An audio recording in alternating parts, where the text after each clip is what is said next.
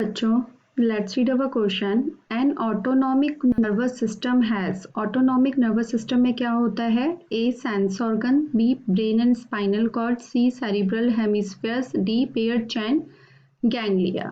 तो यहाँ हमारा जो की कंसेप्ट हो जाएगा वो क्या हो जाएगा?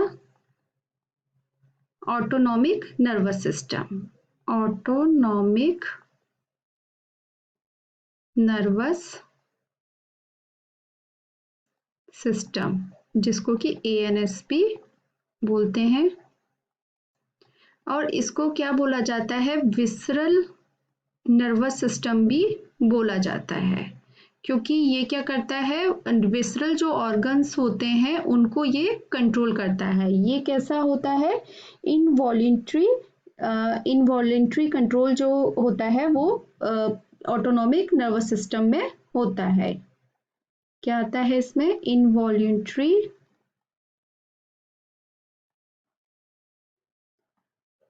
कंट्रोल किसके थ्रू होता है? ऑटोनॉमिक नर्वस सिस्टम के थ्रू होता है. ठीक है. अब जैसे एग्जाम्पल है आपके, कैसे कौन कौन से? हार्ट बीट हुई, ठीक है, स्वेटिंग हुई, तो ये सारे क्या है? हमारे इनवॉलेंट्री कंट्रोल जो है वो इसके थ्रू रेगुलेट रहता है. ठीक है. अब ये जो autonomic nervous system composed of 2 type of neuron, ठीक है, 2 टाइप ऑफ न्यूरॉन से बना होता है. Types of neuron. फर्स्ट है आपका, फर्स्ट होता है pre ganglionic neuron. Pre ganglionic neuron.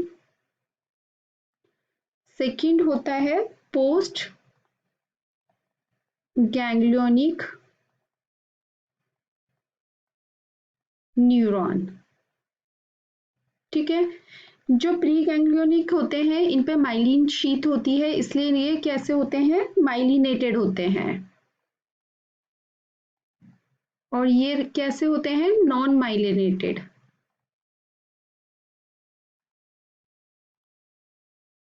Okay. तो हम ये बोल सकते हैं इसमें पेयर चेन गैंग्लिया प्रेजेंट होते हैं. ठीक है. अब ये जो ऑटोनॉमिक नर्वस सिस्टम होता है ये 2 टाइप, तो 2 टाइप का डिवीजन होता है इसमें. ANS जो होता है, एक होता है सिंपैथेटिक,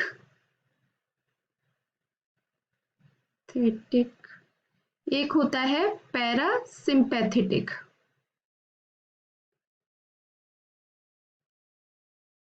ठीक है.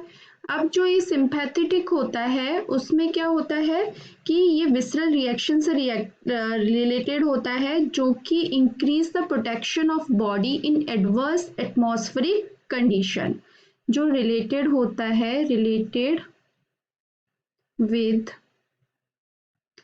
protection of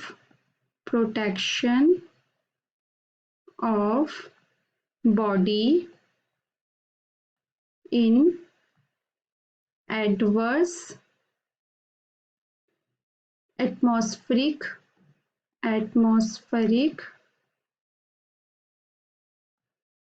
condition. और इसमें क्या होता है? एनर्जी का लॉस होता है, यानी कि कैलोरी कंजप्शन होता है, लॉस ऑफ एनर्जी. ठीक है. और इसमें क्या होगा आपका सिंपैथेटिक में? इसमें जो एनर्जी जो होती है वो कंजर्व्ड रहती है, एनर्जी का लॉस नहीं होता. एक तरह से रेस्टिंग वाली जो एक्टिविटीज होंगी वो इसमें होती हैं कंजर्व्ड. ठीक है. और ये दोनों जो होती हैं एंटागोनिस्टिक एक्टिविटी भी दिखाती हैं टू ईच अदर, यानी कि जैसे अगर हम सलाइवरी सीक्रेशन का देखें तो जो सिंपैथेटिक है वो इनिबिट करता है सीक्रेशन ऑफ सलाइवा, जबकि जो पैरासिम्पैथेटिक है वो स्टिमुलेट करता है. स्वेट ग्लैंड्स का देखें तो सिंपैथेटिक जो होता है वो स्टिमुलेट करता है, जबकि जो पैरासिम्पैथेटिक होता है वो इनिबिट करता है. तो यानी कि एंटागोनिस्टिक एक्टिविटी भी दिखाते हैं. तो अब हम अपने क्वेश्चन पे आते हैं. हमारे क्वेश्चन में पूछा था कि autonomic nervous system has sense organ, नहीं होगा. ब्रेन एंड स्पाइनल कॉर्ड, तो ये सेंट्रल नर्वस सिस्टम होता है, ऑटोनॉमिक नर्वस सिस्टम में नहीं आते हैं। सेरिब्रल हेमिस्फेयर, तो ये ब्रेन का एक पार्ट है, तो ये भी नहीं होगा। डी पेयर चैन गैंग्लिया, तो this is the right answer, क्योंकि ये 2 टाइप्स के न्यूरॉन होते हैं, pre ganglionic neuron and 2 second post ganglionic neuron, इन्हीं में ये जो होते हैं गैंग्लिया से बने होते हैं, पेयर चेन गैंग्लियस में प्रेजेंट होते हैं। तो हमारा जो आंसर हो जाएगा वो हो जाएगा option D, pair chain ganglia. I hope आपको ये आंसर समझ में आया होगा। Thank you so much, all the best.